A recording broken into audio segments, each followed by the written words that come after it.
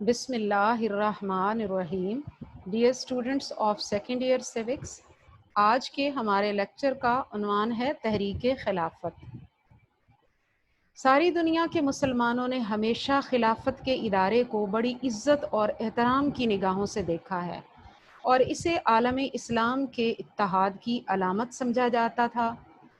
یہ خلفائے راشدین کے بعد بنو امیہ اور بنو عباس سے ہوتی ہوئی عثمانی ترکوں تک پہنچی تھی. عثمانی سلطنت کئی صدیوں تک دنیا کی عظیم ترین طاقت رہی اور بہت سے اسلامی دنیا کے ممالک اس کے ماتحت تھے. اپنے عروج کے زمانے میں عثمانی ترکوں نے یورپ کی ریاستہائے بلقان پر بھی قبضہ کر لیا تھا. اگر تھوڑا سا اور ہم گہرائی میں جائیں تو تحریک خلافت کو سمجھنے میں آپ کو اور آسانی ہوگی. 19ویں صدی میں برطانیہ اور ترکی کے تعلقات کیسے تھے؟ تو یہ تعلقات بہترین جا رہے تھے کہ 19ویں صدی میں انگلستان کی ترکی کے بارے میں پالیسی تضاد کا شکار ہو گئی. جب روس ترکی کے علاقوں پر قبضہ کر کے بحیرہ اسود کے راستے بحیرہ روم تک پہنچنے کی کوشش کرتا تو برطانیہ ترکی کی سالمیت کا علمبردار بن جاتا، کیونکہ روس کی پیش قدمی سے اس کی بحری طاقت اور ہندوستانی مقبوضات خطرے میں پڑ جاتے تھے. لیکن جب بلقان کی عیسائی ریاستیں ترکی کے خلاف بغاوت کرتیں تو برطانیہ در پردہ ان کی حمایت کرتا تھا. اب ایسے حالات میں ترکی اور برطانیہ کے تعلقات میں پہلے جیسی گرم جوشی نہ رہی. اب انہی دنوں جرمنی نے ترکی کی تعمیر نو کے لیے کافی مدد کی. برطانوی حکومت اس دوستی کو شک کی نگاہوں سے دیکھنے لگی. ان حالات میں ترکی نے جرمنی کے ساتھ اپنے نئے تعلقات اور برطانیہ کی دوغلی پالیسی کی وجہ سے پہلی جنگ عظیم میں برطانیہ کی بجائے جرمنی کا ساتھ دینے کا فیصلہ کر لیا. اب اس جنگ عظیم میں اگر تحریک خلافت کا پس منظر دیکھیں تو ترکی نے جرمنی اور آسٹریا کی حمایت کا اعلان کر دیا، انگلستان، فرانس، روس اور امریکہ کی مخالفت کرتے ہوئے. ان دنوں ترکی کے سربراہ مملکت کو خلیفہ کہا جاتا تھا اور خلافت کا ادارہ بڑا مقدس اور اہم خیال کیا جاتا تھا. مسلمان خلیفہ ترکی کو حضور پاک صلی اللہ علیہ وآلہ وسلم کا جانشین خیال کرتے تھے. جنگ میں ترکی کی شکست کے امکانات پیدا ہونے لگے تو بر صغیر کے مسلمانوں میں مایوسی پھیل گئی. خلافت ترکیہ کے ساتھ مسلمانوں کی جذباتی وابستگی قائم تھی اور یہ وابستگی ایک عظیم تحریک کو جنم دینے کا باعث بنی. حکومت برطانیہ نے وعدہ خلافی بھی کی، جس کی وجہ سے مسلمانوں نے اس بر صغیر کے طول و عرض میں تحریک خلافت کو چلانے کا فیصلہ کیا.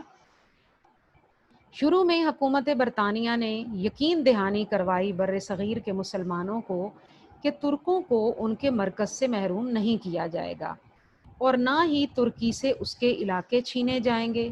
لیکن بعد میں برطانیہ اپنے وعدوں پر قائم نہ رہا اور جنگ میں برتری حاصل کرنے کے بعد وہ ترکی اور ترکوں کے تباہ کرنے کے در پہ ہو گیا. اب ایسے حالات میں بر صغیر کے مسلمانوں کے جذبات بھڑکنا یقینی تھا. انہوں نے خلافت ترکیہ کے تحفظ کے لیے 1919 میں اپنی سرگرمیوں کا باقاعدہ آغاز کر دیا. اب اس تحریک خلافت کے کوسچن کو آپ سٹیپ بائی سٹیپ لیں گے اور آگے آپ لکھیں گے کہ تحریک خلافت کے لیے جب بر صغیر کے مسلمانوں نے اپنی سرگرمیوں کا آغاز کیا تو کیسے کیا. تحریک خلافت کے لیے انہوں نے تنظیمیں قائم کیں اور تحریک چلائیں. مزید سب سے پہلے مجلس خدام کعبہ قائم کی گئی. بر صغیر بھر میں تمام مسلمان خاص و عام منظم ہونا شروع ہوئے. مسلمان مذہبی رہنماؤں نے مجلس خدام کعبہ کے نام سے یہ تنظیم بنائی اور اس کی قیادت کے فرائض مولانا شوکت علی، مشیر حسین قدوائی، مولانا عبدالباری فرنگی محل اور مولانا سعید احمد نے انجام دیے. پھر تحریک ریشمی رومال چلائی گئی. اس میں مولانا محمود الحسن، مولانا عبید اللہ سندھی نے نمایاں کردار ادا کیا۔ انگریز حکومت نے گرفتاریاں شروع کر دیں اور مولانا محمود الحسن کو گرفتار کر کے بحیرہ روم کے ایک جزیرے مالٹا میں قید کر دیا گیا، اسی وجہ سے ان کو اسیر مالٹا بھی کہا جاتا ہے۔ اس کے بعد خلافت کمیٹی کی طرف بڑھتے ہیں۔ خلافت کمیٹی بنائی گئی، مجلس خدام کعبہ کی سرگرمیاں جاری تھیں اور اسی دوران علی برادران یعنی مولانا محمد علی جوہر اور مولانا شوکت علی نے یہ کمیٹی قائم کی۔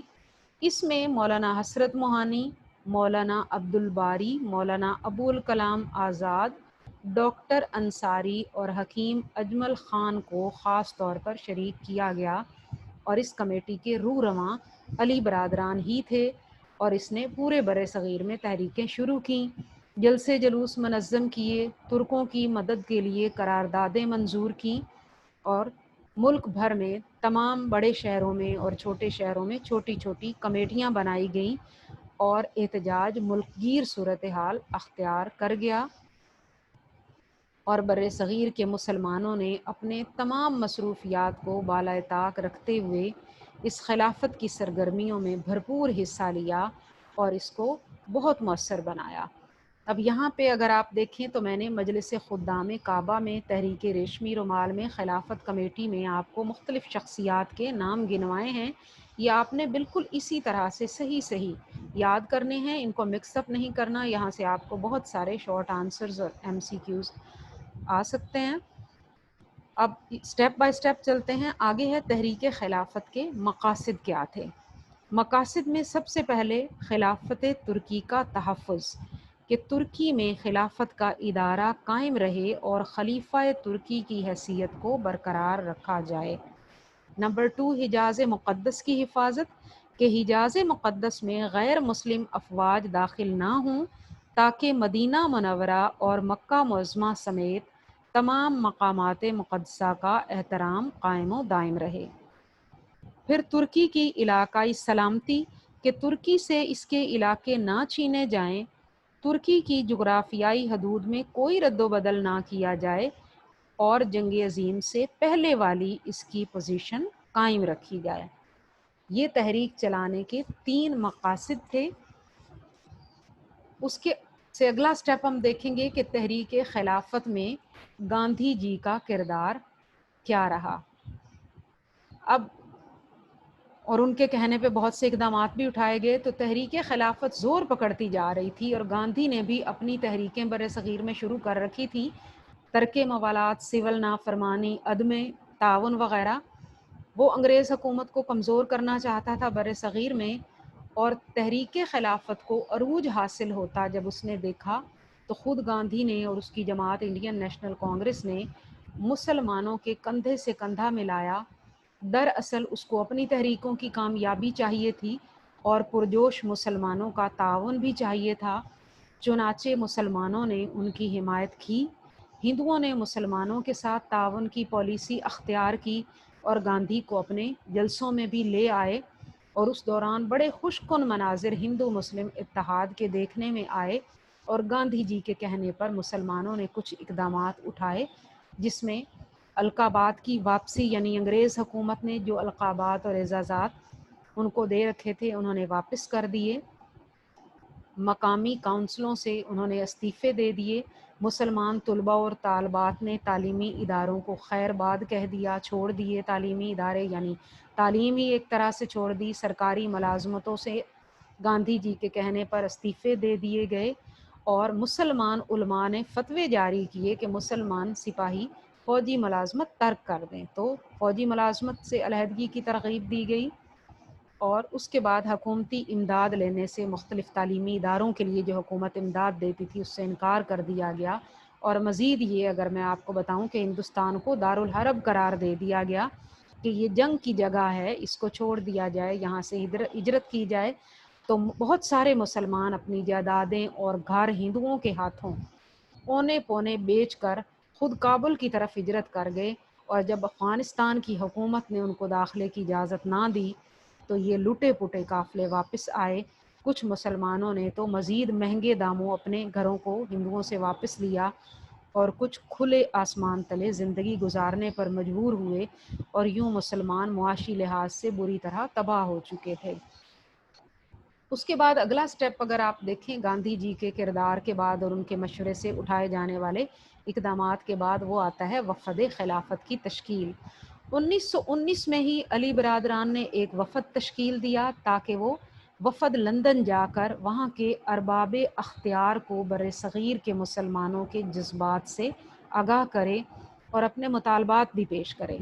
تو اس وفد کی قیادت مولانا محمد علی جوہر نے کی، اور اس میں مشیر حسین قدوائی، شعیب قریشی اور سید سلیمان ندوی سمیت 7 افراد شامل تھے۔ یہ لندن میں وہاں کے وزیر اعظم یعنی برطانوی وزیر اعظم لائیڈ جارج سے طویل مذاکرات کرنے کے بعد جب واپس آیا تو بہت مایوسی دیکھی، کیونکہ وزیر اعظم نے دو ٹوک الفاظ میں کہہ دیا تھا کہ جرمنی اور آسٹریا کی طرح ترکی کے ساتھ بھی بھیانک انصاف ہوگا۔ ظاہر ہے وفد کو بہت مایوسی ہوئی اور انہوں نے میڈیا کو سخت بیانات دیے، کیونکہ وزیر اعظم نے، ظاہر ہے برطانوی وزیر اعظم نے ان سے بدعہدی کی تھی۔ اب ترکی سے نرم سلوک کا وعدہ کر کے انہوں نے سختی دکھائی تھی، اپنے وعدوں سے پھر گئے تھے۔ اتحادی افواج ترکی کے شہروں میں فاتحانہ انداز میں داخل ہو گئی تھیں اور قتل و غارت کا بازار انہوں نے گرم کر دیا تھا۔ اس دوران ہم بر صغیر میں مسلم اخبارات کا تحریک خلافت کے حوالے سے کردار بھی دیکھتے ہیں کہ بر صغیر میں الہلال، کامریڈ، ہمدرد اور ذمہ دار جیسے مسلم اخبارات شائع ہوتے تھے، اور مسلم صحافت نے انگریز حکومت کے خلاف سخت لب و لہجہ اختیار کیا، کیونکہ وزیر اعظم لائیڈ جارج نے جواب ہی ایسا دیا تھا اور وعدہ خلافی عملاً بھی کی۔ لاہور میں شائع ہونے والا مسلمانوں کا پیسہ اخبار تھا، اس نے زبردست مہم چلائی اور ان اخبارات کو حکومت نے رد عمل کے طور پر بند کر دیا، ان کے پریس ضبط کر لیے، لیکن پھر بھی مسلمان صحافی مسلمانوں کے جذبات کی عکاسی کسی نہ کسی طریقے سے کرتے رہے۔ اب تحریک خلافت کے ہی کوسچن میں اگلا سٹیپ ہم دیکھیں گے معاہدہ سیورے۔ اتحادیوں نے جنگ کے خاتمے پر ترکی کے خلاف یہ معاہدہ کیا، جس کے مطابق ترکی پر انہوں نے بھاری تاوان جنگ عائد کر دیا۔ ترکی کے مختلف علاقوں پر اتحادیوں کا قبضہ قائم ہو گیا، عرب علاقوں پر ترکی کا کنٹرول نہ رہا، اور حجاز مقدس بھی شریف آف مکہ کے حوالے کر دیا گیا، کیونکہ جنگ کے دوران انہوں نے اتحادیوں کا ساتھ دیا تھا، ترکوں کے خلاف ان کا ساتھ دیا تھا۔ اس کے بعد ہے تحریک خلافت کی سرگرمیاں کیا رہیں اوورآل اگر ہم پڑھیں تو علی برادران کی قیادت میں تحریک خلافت میں نیا جوش و خروش پیدا ہوا اور اس کی سرگرمیوں میں زبردست اضافہ ہوا۔ جلسے جلوس منظم کیے گئے اور گرفتاریاں دی گئیں اور ان کی گرفتاریوں سے جیلیں بھر گئیں، اس کے باوجود تحریک جاری رہی۔ ترک افواج کی مالی امداد کی گئی، ترکوں کی طبی امداد کی گئی، ڈاکٹروں اور نرسوں کے وفود ترکی بھیجے گئے، رضاکاروں کے وفود کثیر تعداد میں بھیجے گئے، بر صغیر میں انگریزی مال کا بائیکاٹ کیا گیا، اور تحریک عدم تعاون اور دیگر تحریکیں بھی بر صغیر میں زور پکڑ گئیں۔ حکومتی اداروں کا بائیکاٹ کیا گیا، اور تحریک خلافت میں علی برادران اور اماں جی کا کردار بہت ہی بھرپور رہا، اور ہر شخص کی زبان پر یہ نعرہ تھا، بولی اماں محمد علی کی جان بیٹا خلافت پہ دے دو۔ اور گاندھی اور دیگر مسلم دشمن ہندو رہنماؤں کے تعاون کو بھی حاصل کیا گیا، اور کہا جاتا ہے کہ بدنام زمانہ مسلم دشمن سوامی شردھانت بھی اس تحریک میں مسلمانوں کے ساتھ شامل رہا۔ گاندھی اور دیگر ہندو رہنما بھی، جیسا کہ میں نے اوپر بتایا، شامل رہے۔ مسلمانوں نے گاندھی کی تحریکوں کے لیے جان کی بازی لگا دی۔ گاندھی مسلمانوں کو مشورے دیتا رہا کہ علی گڑھ سمیت مسلم اداروں کے لیے حکومتی امداد کو مسترد کر دو، اور خود بنارس کی ہندو یونیورسٹی کے لیے اس نے کوئی ہنگامہ نہ کرایا جب اس نے پرنس آف ویلز کو بطور مہمان خصوصی بلایا اور اس سے امداد حاصل کی۔ مسلمانوں کی طرف سے حکومتی القابات اور خطابات بھی واپس کر دیے گئے، لیکن پھر بھی اگر ہم دیکھیں تو تحریک پوری شد و مد سے جاری تھی بر صغیر میں۔ پھر اگلا سٹیپ ہم دیکھیں گے کہ پھر تحریک کیسے ختم ہوئی، خاتمے کی طرف بڑھنے لگی۔ تو تحریک خلافت کا خاتمہ، زور و شور سے جاری رہنے والی یہ تحریک بر صغیر کے اندر اور ترکی میں کچھ ایسے واقعات رونما ہونے کی وجہ سے ناکامی کی طرف اور اختتام کی طرف بڑھنے لگی۔ وہ واقعات کون سے تھے وہ یہاں ہم نے پڑھنے ہیں۔ سب سے پہلے ہے موپلا تحریک۔ یہ تحریک آپ پڑھیں گے، ہے کے نیچے غلطی سے ایک ڈاٹ ڈل گیا ہے۔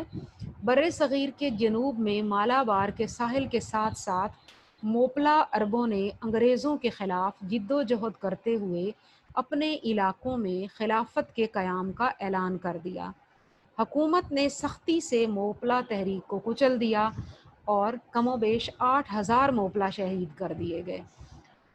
اب اس موپلا تحریک اور موپلوں کی حکومت کی طرف سے شہادت کے بعد گاندھی اور کانگریسی قیادت نے موپلوں کے خلاف کی گئی کارروائی کی بالکل مذمت نہیں کی، بلکہ الٹا انہوں نے حکومتی اقدام کو سراہا، اور ہندوؤں کے اس منافقانہ کردار کی وجہ سے ہندو مسلم اختلافات نئے سرے سے پیدا ہو گئے۔ اب یہاں میں آپ کو یہ بھی بتاتی چلوں کہ یہ تحریک خلافت کے خاتمے کے حوالے سے جتنے بھی واقعات ہیں اور اوور آل تحریک خلافت میں جتنے بھی حالات و واقعات ہیں ان کو آپ نے اچھی طرح سے پڑھنا ہے، کیونکہ اس میں سے آپ کو بہت سارے شارٹ آنسرز اور ایم سی کیوز آ سکتے ہیں، جیسا کہ اسی موپلا تحریک میں نے آپ کو بتایا کہ یہ کیا تھی، اس سے کیا مراد ہے، یا پھر بر صغیر میں جو ہے وہ موپلا عرب کہاں آباد تھے، انہوں نے کیوں بغاوت کی، انہوں نے کون سا سٹیپ لیا بغاوت کرنے کے بعد، یعنی خلافت کے قیام کا اعلان کر دیا، کتنے موپلا شہید ہوئے، کس کی طرف سے شہید کیے گئے، اور ہندوؤں کا رد عمل کیا تھا موپلا میں بغاوت ہونے اور حکومتی کارروائی کے بعد۔ اس کے بعد تحریک خلافت کے خاتمے کے حوالے سے اگلا واقعہ سانحہ چورا چوری۔ اب چورا چوری کیا تھا؟ ضلع گورکھپور کا ایک قصبہ تھا۔ گاندھی کے کہنے پر وہاں ایک جلوس نکالا گیا اور تھانے کو آگ لگا دی گئی، جس کے نتیجے میں 21 سپاہی جل کر مر گئے تھے۔ گاندھی بہانے کی تلاش میں تھا، اس نے اپنی تحریکوں کو فوری ختم کرنے کا اعلان کر دیا اور کسی سے بھی مسلمان رہنما سے جن کا وہ ساتھ دینے کا دعویٰ کر رہا تھا اور وہ بھی اس کو تحریک خلافت میں شریک کیے ہوئے تھے، ان سے رائے لینا تک اس نے گوارا نہ کیا۔ اور حقیقت یہ تھی کہ جنگ عظیم اول بھی ختم ہو چکی تھی اور گاندھی کو یہ بھی یقین ہو گیا تھا کہ وہ اب حکومت کو بلیک میل کر کے اپنے مقاصد کو حاصل نہیں کر سکتا۔ تیسرا واقعہ جو پیش آیا جس کی وجہ سے بر صغیر میں تحریک خلافت ختم ہو گئی، وہ تھا پرنس آف ویلز کی بنارس میں آمد۔ اس کا حوالہ میں نے پہلے بھی دیا ہے کہ ہندوؤں نے بنارس یونیورسٹی میں پرنس آف ویلز کو مہمان خصوصی کے طور پر دعوت دی۔ مسلمانوں نے اس کی آمد پر زبردست مظاہرے کیے، لیکن ہندو اسے یونیورسٹی کے فنکشن میں لے آئے تاکہ گرانٹ حاصل کر سکیں، تو اس وجہ سے بھی ہندو مسلم اختلافات بڑھتے چلے گئے اور تحریک خلافت پر برے اثرات مرتب ہوئے۔ اب تحریک خلافت کے اپنے اس لانگ کوسچن میں ہم اگلا سٹیپ پڑھیں گے، غازی مصطفیٰ کمال پاشا کا کردار۔ اگرچہ پہلی جنگ عظیم ختم ہو چکی تھی، لیکن اتحادی ممالک میں سے ملک یونان جو تھا وہ ترکی کو مزید تباہ کرنے پر تلا ہوا تھا۔ اب اسی دوران ایک ترک جرنیل غازی مصطفیٰ کمال پاشا نے ترکوں کی بکھری ہوئی قوت کو مجتمع کیا، ترک فوج کو منظم کیا اور یونانیوں کو شکست فاش دی۔ کمال اتاترک کو قوم پرستوں کی حمایت حاصل تھی اور دیکھتے ہی دیکھتے اس نے ترکی کو اپنے قدموں پر کھڑا کر دیا۔ روس اور برطانیہ کے درمیان ترکی پر قبضے کے لیے جو رکابت تھی، یہی رکابت ترکی کے بچ جانے کا بھی سبب بن گئی، اور مصطفیٰ کمال پاشا کی حکومت نے اتحادیوں کے ساتھ معاہدہ لوزون پر دستخط کیے، جس کی شرائط معاہدہ سیورے کے مقابلے میں بہتر تھیں۔ ترکی میں خلافت کو ختم کر دیا گیا اور ترکی میں باقاعدہ جمہوریت قائم کر دی گئی۔ ترکی نے عرب، شمالی افریقہ اور مشرقی یورپ کے علاقے چھوڑنے پر آمادگی ظاہر کر دی خود ہی، اور حجاز مقدس پر پہلے ہی شریف آف مکہ کا کنٹرول ہو گیا تھا۔ خلافت کو ترکوں کے ہاتھوں خود ہی ختم کر دیا گیا تو ظاہر ہے مسلمان جو بر صغیر کے مسلمان تھے انہوں نے خلافت کے ادارے کے بچاؤ کے لیے تحریک خلافت چلائی تھی، ظاہر ہے وہ بھی خود بخود ختم ہو گئی۔ اب تحریک خلافت کے بر صغیر کے مسلمانوں پر کیا اثرات مرتب ہوئے؟ اب کہا جاتا ہے، اکثر ہم پڑھتے ہیں کہ یہ ناکام ہوئی۔ ناکام اس لیے ہم کہتے ہیں کہ خلافت کے ادارے کو بچانے میں ضرور ناکامی ہوئی تھی، لیکن مسلمانوں کو اور حوالوں سے کامیابیاں بھی ہوئیں، اور سب سے پہلے تو ہم یہی دیکھتے ہیں کہ مسلمانوں میں اس کی وجہ سے سیاسی شعور پیدا ہو گیا، اور ان کے اوپر گاندھی اور کانگریس کی دوغلی پالیسی بے نقاب ہو گئی، اور آئندہ کے لیے وہ گاندھی اور کانگریس سے دھوکہ کھانے سے بچ گئے۔ مسلمانوں کا تعلیمی میدان میں بہت نقصان ہوا، یہ برا اثر پڑا مسلمانوں پر، معاشی لحاظ سے بھی وہ اور معاشرتی لحاظ سے بھی تباہ ہو گئے۔ جیسا کہ تحریک ہجرت کے حوالے میں نے آپ کو بتایا کہ وہ اپنی جائیدادیں اونے پونے فروخت کر کے کابل کی طرف ہجرت کر گئے تھے، جس میں ان کو ناکامی ہوئی۔ پھر مسلمانوں کے انداز فکر میں تبدیلی آئی، یہ سب سے بڑی بات تھی، اور ان کو پتہ چل گیا، ان پر یہ بات آشکارا ہو گئی، واضح ہو گئی کہ جب تک اپنے ہاتھوں میں طاقت نہ ہو، دوسروں کے بھروسے پر کبھی کوئی تحریک کامیاب نہیں ہو سکتی۔ اور برطانوی حکومت کی کمزوری کے آثار پیدا ہو گئے، یہ بہت بڑی کامیابی تھی کہ تحریک خلافت اگرچہ کامیابی سے ہمکنار نہیں ہو سکی تھی، لیکن اس کے باوجود انگریزی اقتدار کی جڑیں بر صغیر میں ہل گئی تھی۔ اس تحریک کے دوران ہندوستان کی تمام عوام انگریز کے خلاف اٹھ کھڑی ہوئی، اور حکومت انگریز کے روب و جلال میں کافی کمی واقع ہوئی، اور خود انگریز یہ محسوس کرنے لگے کہ اب ان کا اقتدار یہاں پہ زیادہ عرصے کے لیے قائم نہیں رہ سکے گا۔ آج کے لیے اتنا ہی کافی ہے، انشاءاللہ اگلے لیکچر میں ہم 1935 کے ایکٹ کے بارے میں پڑھیں گے۔ اللہ حافظ۔